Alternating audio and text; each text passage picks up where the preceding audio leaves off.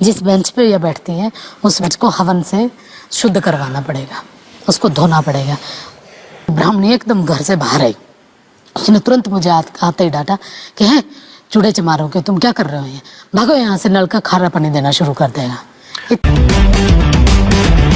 आप जिस मुकाम पे पहुंच पाई हैं वहां पर बहुत कम, हम में से बहुत कम वहां तक पहुंच पाते हैं। आप संस्कृत में पीएचडी हैं, आपने डॉक्टरेट पाई है, आप पढ़ाती हैं संस्कृत दिल्ली यूनिवर्सिटी में। मुझे बताइए कि यहाँ तक पहुंचने का जो आपका सफर था उसके बारे में हमें कुछ बताइए।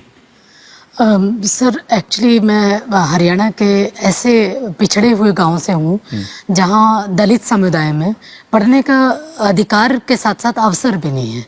मेरे माँ और पिताजी दोनों ही अनपढ़ हैं, अशिक्षित रहे हैं, लेकिन पिताजी ने इतनी सारी चीज़ें सामना की हैं सोसाइटी में।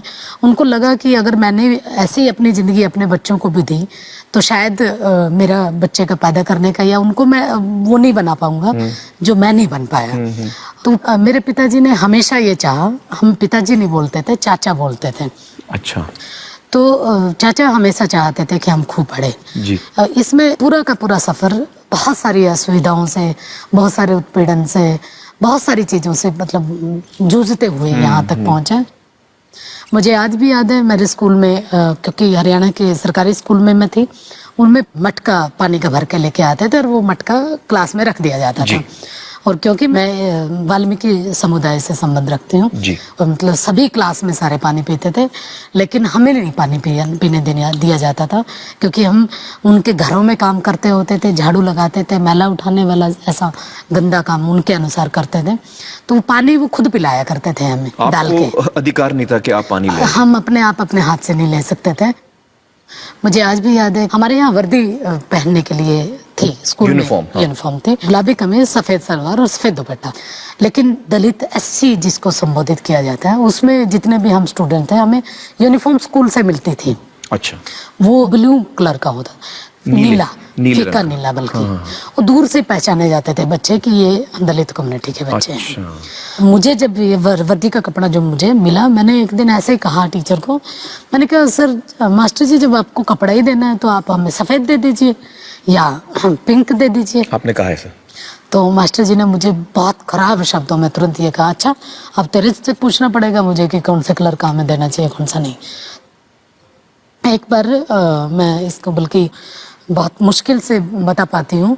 पानी एक बार बहुत ज़्यादा प्यास लगी हुई थी, पानी पीने चले गए। एक हमारे यहाँ स्कूल के पास ब्राह्मणों के घर है, तो जब वहाँ हम गए पीने के पानी के लिए, सभी लड़कियों ने पानी पिया। जैसे ही मैं नलके की तरफ लगी और ब्राह्मणी एकदम घर से बाहर आई, उसने तुरंत मुझे आते ही डांटा कि है चूड़े चमारोगे, तुम क्या कर रहे हो, ये भागो यहाँ से, नल का खारा पानी देना शुरू कर देगा। इतनी बुरी तरह से मतलब बोला, मतलब एकदम ठेठ, जो एक सीधा कास्टिज्म का जो बनता है। तब मुझे लगा कि कुछ है अलग जो इस वर्दी की वजह से है, मतलब अदरवाइज तो किसी को क्या पता कि मैं कौन से कम्युनिटी की हूँ। तो मुझे बड़ा गुस्सा आया, मैं घर गई, मैंने फटाफट अपना बस्ता फेंका और एकदम बंद कमरे में जाके बैठ के खूब रोई। तो मेरे चाचा मुझे बहुत प्यार करते थे, तो आए वो, उन्होंने कहा क्या हो गया? तो मैंने कहा आज के बाद मैं ये वर्दी पहन के नहीं जाऊंगी, इस वर्दी को या तो जला दो या फेंक दूंगी, मैं इस वर्दी को नहीं पहनना। तो मेरे चाचा पूछे बार बार कि क्या हो गया, मैंने उनको फिर पूरा बताया। तो मैंने मेरे चाचा से पूछा, उस एज में भी मान लो मैं पी लेती ये पानी तो सच में खारा पानी देना शुरू करता है ये नल का? तो मेरे पिताजी ने कुछ नहीं कहा, बस ये कहा कि कुछ नहीं बेटा, मैं तुम्हारे लिए सफ़ेद कपड़ा लेके आऊँगा वर्दी का और तुम उसको पहन के जाना। और मैंने फिर भी दोबारा जिद की, मगर मेरे को बताओ। तो मेरे पिताजी ने फिर कहा कि बेटा मेरे को भी नहीं पता, बस ये ड्योल बनाई हुई है। ड्योल मतलब पार्टीशन एक तरह से, ऊंची कास्ट का और नीची कास्ट का। पता नहीं किसने बनाई, मैंने पूछा किसने बनाई, बस उन्होंने उस वक्त छोटी सी एज में ही मुझे ये कहा कि तुम ही पता करना कि किसने बनाई है। अच्छा, ऐसा कहा उन्होंने कहा। और उस दिन की वर्डिंग और उस मतलब जो बात हुई थी हमारे बीच में, मुझे आज भी याद है। जो सबसे ज़्यादा आगे बढ़ने के लिए मेरा प्रेरणा का शब्द बना, सिर्फ इन्हीं चीज़ों को तलाशने करने के लिए कि क्या वाकई ये व्यवस्था आदमियों ने बनाई या परमात्मा नाम की कोई चीज़ रही होगी उसने बनाई है। किसी ने तो बनाई होगी, अगर भगवान ने बनाई है तो भगवान ने हमें क्यों ऐसा बनाया। मुझे आज भी याद है, मैं क्लास में जब भी मतलब जाती थी, मेरी वर्दी पे चिकनी उसके छींटे लगे होते थे और मक्खियाँ भीड़ बना रही होती थी। और उसके पीछे का कारण क्या था, खाने के लिए सब्जी तो होती नहीं थी, तो लस्सी मांग के लेके आया करते थे पड़ोस में से। तो लस्सी लेने के लिए जाते तो मैं वर्दी डाले हुए होती थी जैसे स्कूल की, वो डालते, वो कहती यहाँ रख दे, तो नीचे रखवाती डोलू को और वो ऊपर से ऐसे लस्सी फेंकती, और वो फेंकती वो डोलू में कम, कपड़ों पे ज़्यादा लगती, उससे भिड़भनाहट होती। और इसको जब मैं मतलब मैंने जब धर्मशास्त्रों को जब पढ़ा तब मैंने देखा कि इसके पीछे कारण क्या था। क्या? क्योंकि ऐसे मतलब पूरा शास्त्र हमारे ये बताते हैं कि इन लोगों को इस तरीके से रहना चाहिए कि इनके कपड़ों में से बदबू आए। उनको नया कपड़ा पहनने का अधिकार नहीं है, उनको जेवर पहनने का अधिकार नहीं है, वो उनको हमेशा झूठन खानी है, हमेशा दूसरे के दिया हुआ खाना, उनके उस पे उनको जीवित रहना है, अपने आप से कुछ नहीं लेना। आर्थिक रूप से हम लोग बहुत कमज़ोर थे, लेकिन ये रहा कि पिताजी को हमेशा मैंने हंसते हुए देखा। उनके पास खाने के लिए अगर कुछ नहीं होता था या हमें खिलाने के लिए कुछ नहीं होता था, तभी उनके चेहरे पे कभी सिकन तक नहीं आई, हमेशा हंसते रहा करते थे। और ये कहते कोई बात नहीं, अभी आ जाएगा, थोड़ी सी देर में, शाम तक ले आऊँगा। और मतलब मुझे आज भी वो दिन याद है कि हम स्कूल से जब लौटते थे, घर में कुछ नहीं होता था, सब्जी या कुछ ऐसी कोई इवन चटनी तक नहीं होती थी खाने के लिए। और आपको मैं बताऊं कि हम खाना कैसे खाते थे स्कूल से आने के बाद, पानी में चीनी डालते, मीठा पानी बना के घोलते उसको अच्छे से, मीठा पानी बना के, तो हम लोग उस मीठे पानी से रोटी को गटका करते थे। मुझे आज भी याद है कि मैं मेरी ताई के साथ दूसरे के घरों में मतलब मैला उठाने के लिए जाया करती थी। स्कूल में जब मैं पढ़ती थी, एक बार मैं मेरी ताई जी के साथ गई। मुझे नहीं पता था कि जिस घर में मैं काम करने के लिए जा रही हूँ उसी घर की लड़की, ब्रजेश नाम है बल्कि उसका, तो मुझे नहीं पता था ये ब्रजेश का घर है।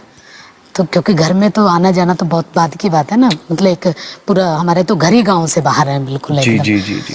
मेरी ताई के साथ मैं मतलब चली गई, और सिर्फ इस लालच में कि मेरी ताई को काम करने के बाद जो रोटी मिलेगी और रोटी के साथ सब्जी भी मिलेगी।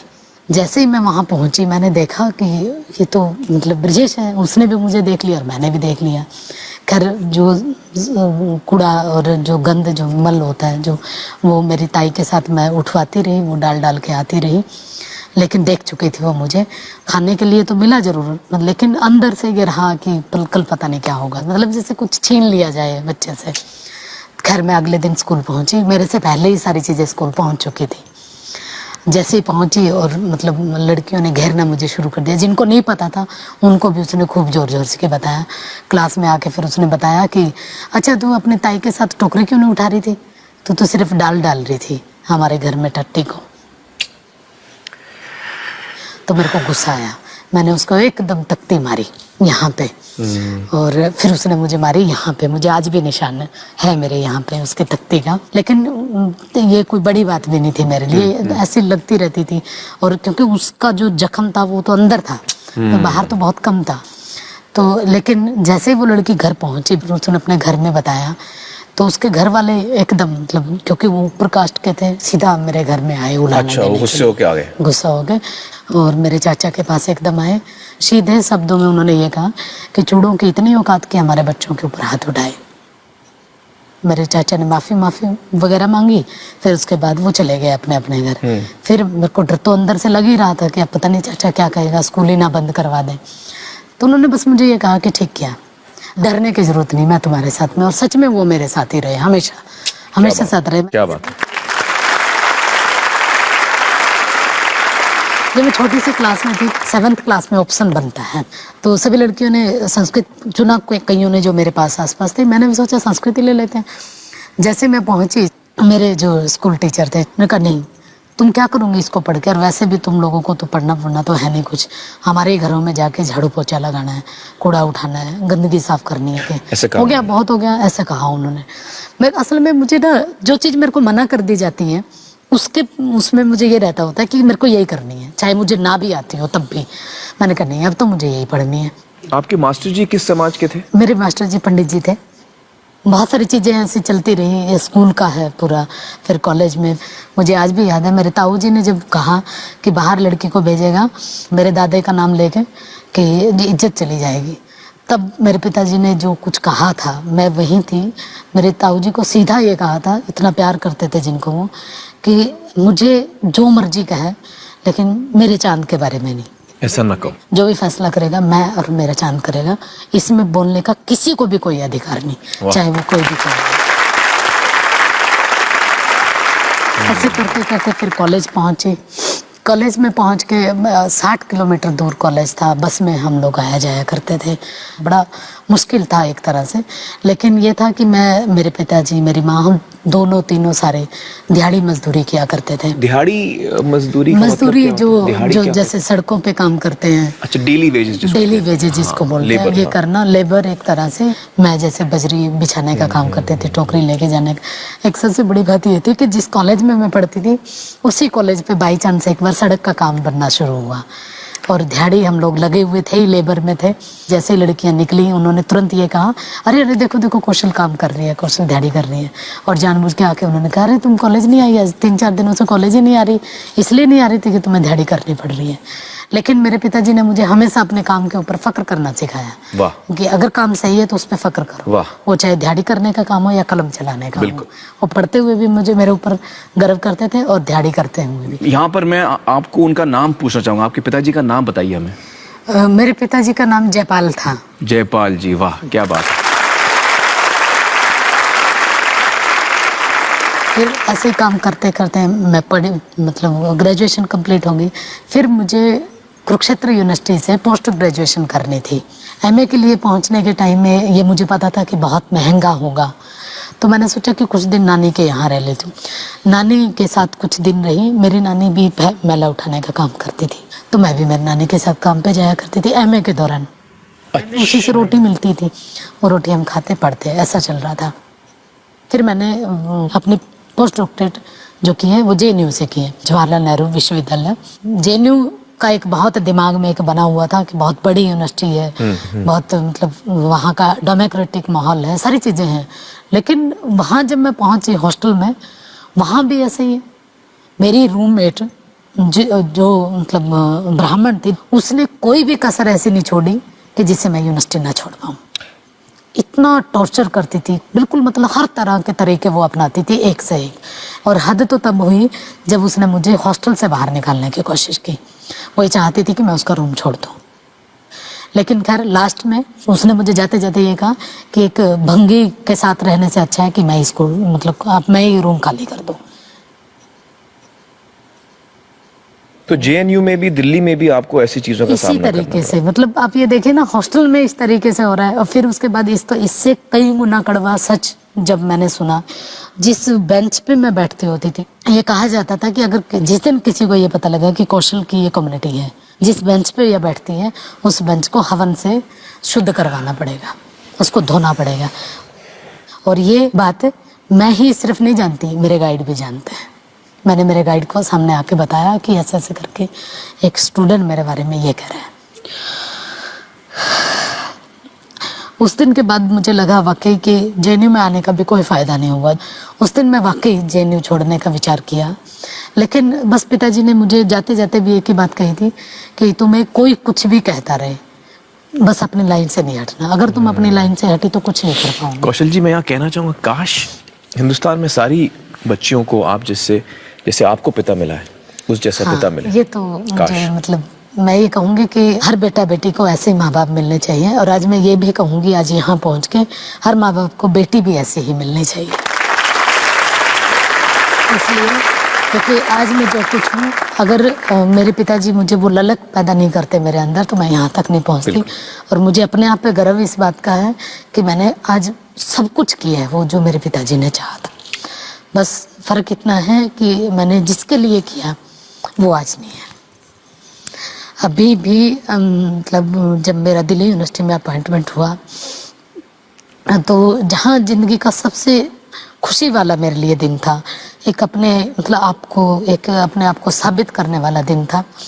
लेकिन मेरी अपनी बदकिस्मती कहें या फिर मेरा उनका साथ यहीं तक था, वो नहीं थे मेरे पास।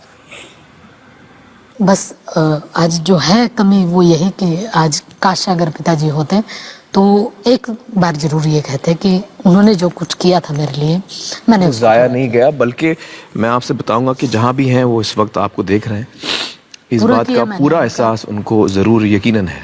लेकिन मैं सिर्फ इसमें ये कहूँगी कि कास्ट का फैक्टर, ये जो अछूतपन का जो है, इतना भयानक है कि आप इसको कहीं तक भी ले जाइए, सामने ही मिलता है।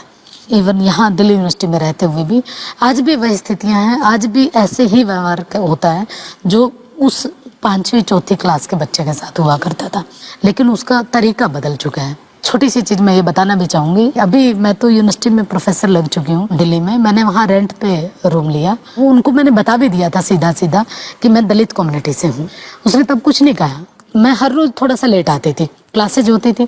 एक दिन बाई चांस मैं थोड़ा सा पहले आ गई, मैंने देखा मेरी माँ झाड़ू लगा रही है आंगन में, जो हमारा नहीं था, वो तो मकान मालिक का था जिसका घर मतलब हमने रेंट पे लिया हुआ था। तो मैंने कहा ये किसने कहा तुम्हें करने के लिए? उसने कहा कि वो बोल रही थी ऊपर वाली। मेरे को इतना गुस्सा आया, मकान मालिक। मैं फिर फटाफट गई, मेरे को गुस्सा आया बहुत। मैंने कहा आंटी ये क्या करवा रही हैं आप?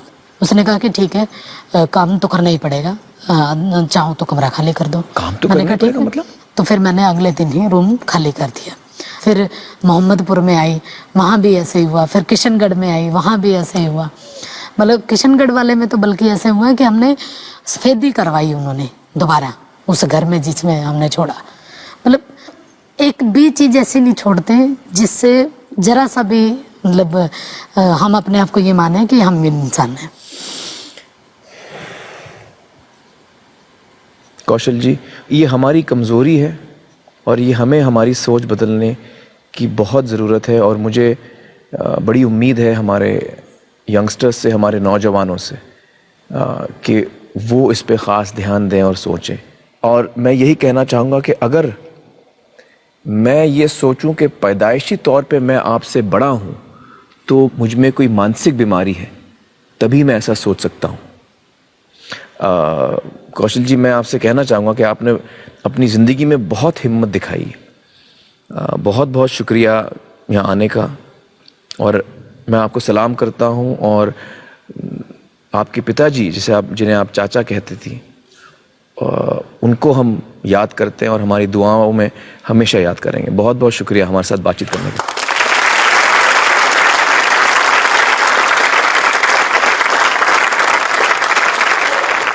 सब्सक्राइब करें समताबाद टीवी को, बेल आइकन को प्रेस करें, साथ ही ऑल वाले बटन को क्लिक करें ताकि हमारी नई वीडियो की सूचना आपको सबसे पहले मिले।